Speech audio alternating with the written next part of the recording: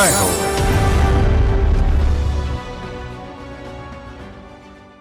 తన చరిత్ర తానే రాసుకున్న రచన, ఆమె తనను తాను తీర్చిదిద్దుకున్న స్వీయ రచన. 10వ తరగతి కాగానే ఇంట్లో పెళ్లి ప్రస్తావన తెచ్చారు. సమయ స్ఫూర్తితో కాస్త సమయం అడిగింది. గ్రామీణ వికాసం కోసం పనిచేస్తున్న ఆగాఖాన్ ఫౌండేషన్ సూచనతో రచన గోధుమ కాండముతో బెహ్రేత్ సంప్రదాయ కళాకృతుల తయారీ నేర్చుకుంది. గ్రామీణ యువతుల్లో చైతన్యం తెచ్చారు. హస్తకళల్లో శిక్షణ ఇచ్చి వారి జీవితాలకు వెలుగయ్యారు.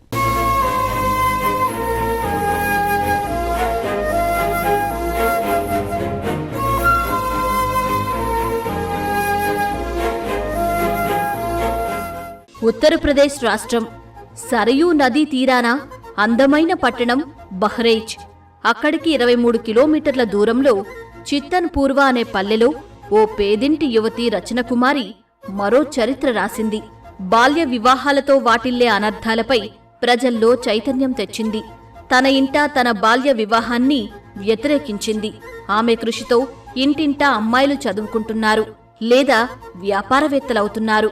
కళాకృతుల తయారీతో బాలికలు సాధికారత అందుకునే మార్గం చూపింది.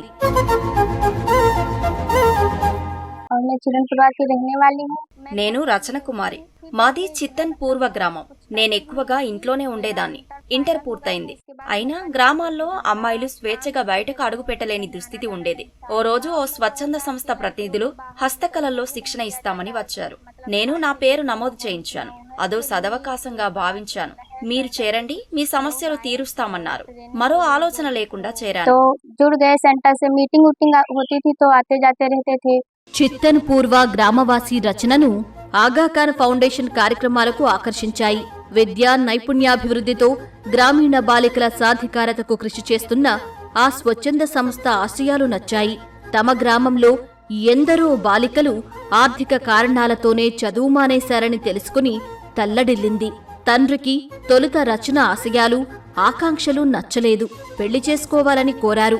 అయితే జీవితంలో స్థిరపడకముందే ఏదైనా సాధించాలన్న తన ఆశయాన్ని చెప్పి తల్లిని ఒప్పించింది.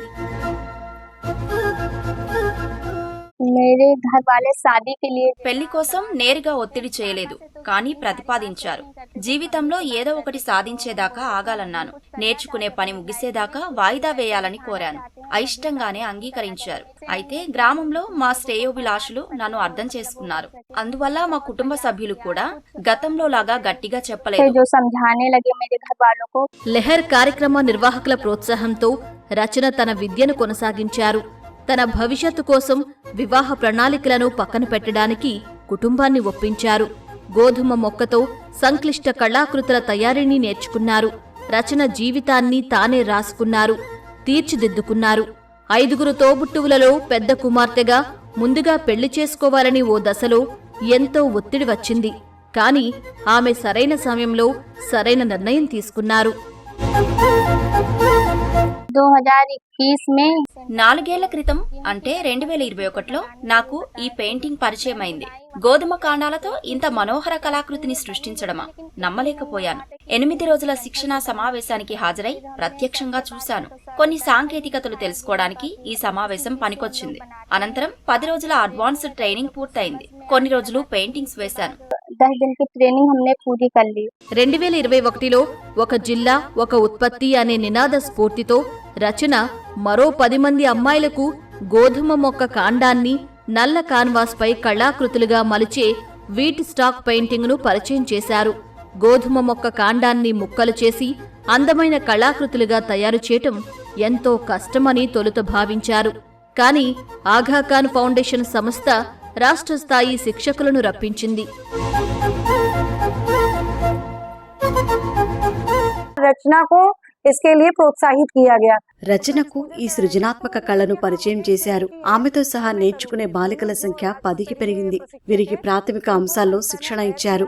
ఇందుకోసం యూనస్ అనే కళాకారుణ్ణి సంస్థ నియమించింది. తొలిదశ శిక్షణ తర్వాత మరింత ఆసక్తితో శిక్షణను కొనసాగించింది. సంక్లిష్ట డిజైన్ల కోసం అధునాతన కోర్సు చేసింది. ఆ అవకాశంతో రచన నైపుణ్యాలను నేర్చుకుంది. నిరంతర శిక్షణా కార్యక్రమాలు ఆమెలో ఆత్మవిశ్వాసాన్ని పెంచాయి. నిత్య శిక్షణ పొందుతూనే కొత్త సాంకేతికతలు నేర్చింది. जीवन में अगर कुछ करना है జీవితంలో ఏదైనా సాధించాలనుకుంటే తెలివైన సమయ పాలన ముఖ్యం. నేను వేకువనే 3 గంటలకు నిద్రలేచి చదువుతాను. తర్వాత తమ్ముళ్లను సిద్ధం చేస్తాను. అనంతరం అల్పాహారాల తయారీ, ఆపై భోజనం తయారు కార్యక్రమాలు ఉంటాయి.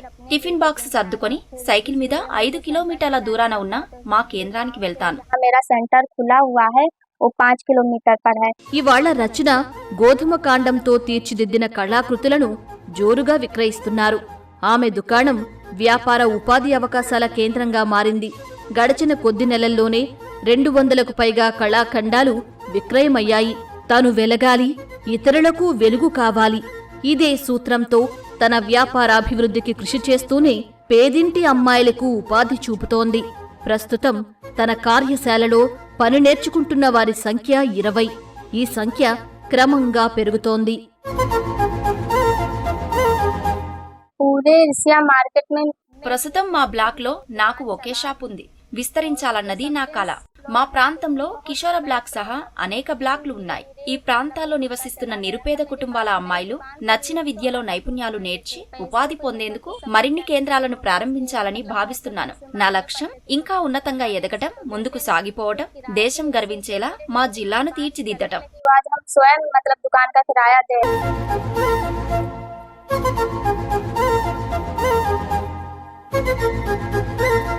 Thank you.